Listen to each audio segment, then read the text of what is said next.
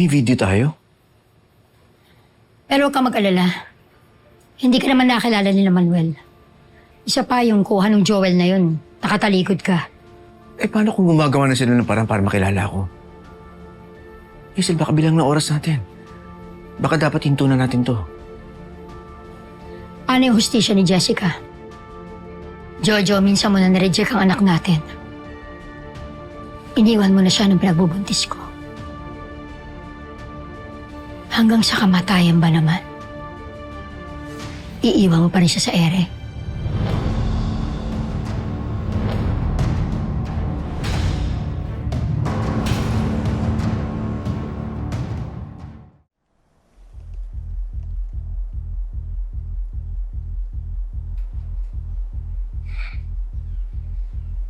Sa tingin niyo talaga, aamin niyang Hazel na yan?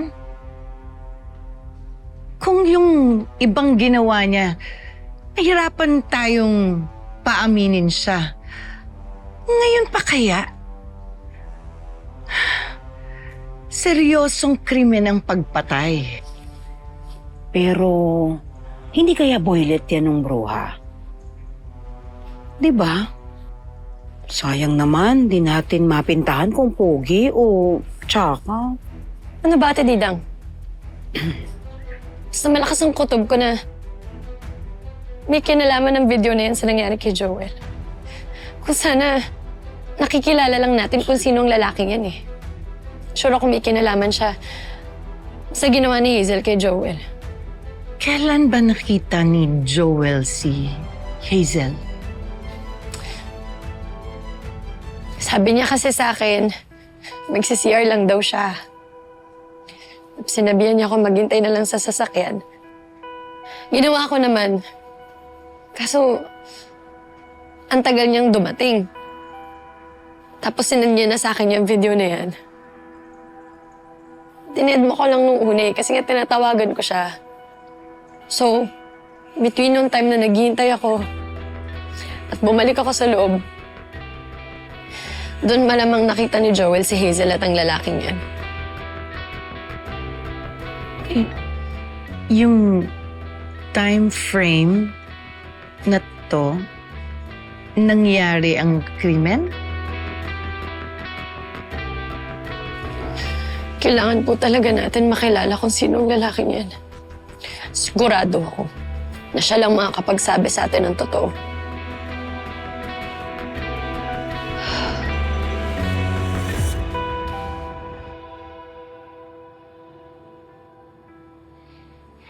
Naaawa ako kay Andrea Manuel. Mahirap na nga yung nagluluksa ka sa taong mahal mo. Tapos, hindi ka pa matahimik dahil hindi mo alam kung anong totoong nangyari. Hindi ako naniniwala ako may kinalaman si Hazel sa nangyari. Kahit yung nangyari kay Andrea tsaka kay Colleen, imposible na nagkataon lang yun. Sorry po. Sorry. Gusto niya po kaming mapahamak? Ganun po ba yun, Tay? Mukhang ganun na nga, Bunso. Ang hindi ko maintindihan, yung nangyari kay Joel, bakit siya nadamay? Naghihiganti ba siya?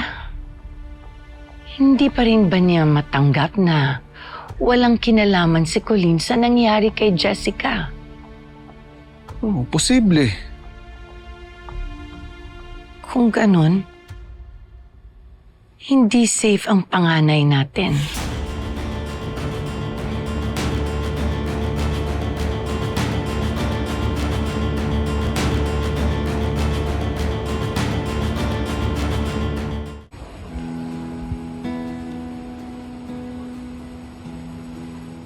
Adi na. Yan na. Hi, Tita Colleen! Hello, Jeff. Anak, mabuti tumawag ka. Nag-aalala na kami sa'yo eh. Ay, Nay, Tay, sorry na busy ako sa mag-ina ko eh. Tsaka ang dami palang mapapasyalan dito, dami na may napuntahan. Okay lang. Importante, safe ka. Hi, Mama Ganda! Hi, Papa Gwapo! Hi, Tatay! Aya po! Prinsesa, kumusta ka na? Happy po. Kasi narinig po ni Jesus yung prayers po natin. Magaling na po kayo eh. Oo nga. Ang galing mo kasing magdasal. Jo, dito ka na magapunan. Sige na, dito ka. Sige, sir. Salamat. O, dyan pares kayo, Jojo. Kayo, Joelo. Nagte-therapy kami ng tatay mo. Daisy, kumusta ka na? Okay lang po, tita. Sorry po pala sa nangyari noon.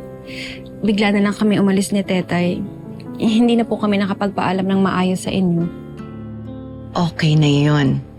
Kalimutan mo na yon. Si Andrea nasan?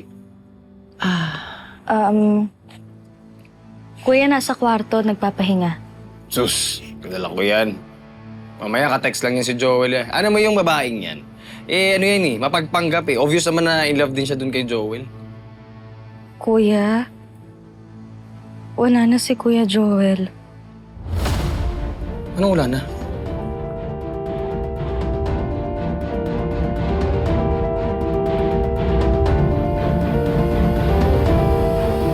Hindi naman pwede nagsasaya ako dito tapos kayo problemado. Kaya ako uuwi ako. Ako maghahanap ng ebidensya para ipakulong yung babaeng yan. Anong balita? Bukod sa pinagdudahan kanila, naikwento na ni Jeffrey yung nangyari kay Joel. Yun lang? Ano balak mo? Papatay mo rin siya? Lumabas ka dyan! May update na si Colonel Sarabia. Rolled out na yung suicide. Dapat lang, Tito. Dahil hindi addict si Joel. Pinatay siya ni Hazel.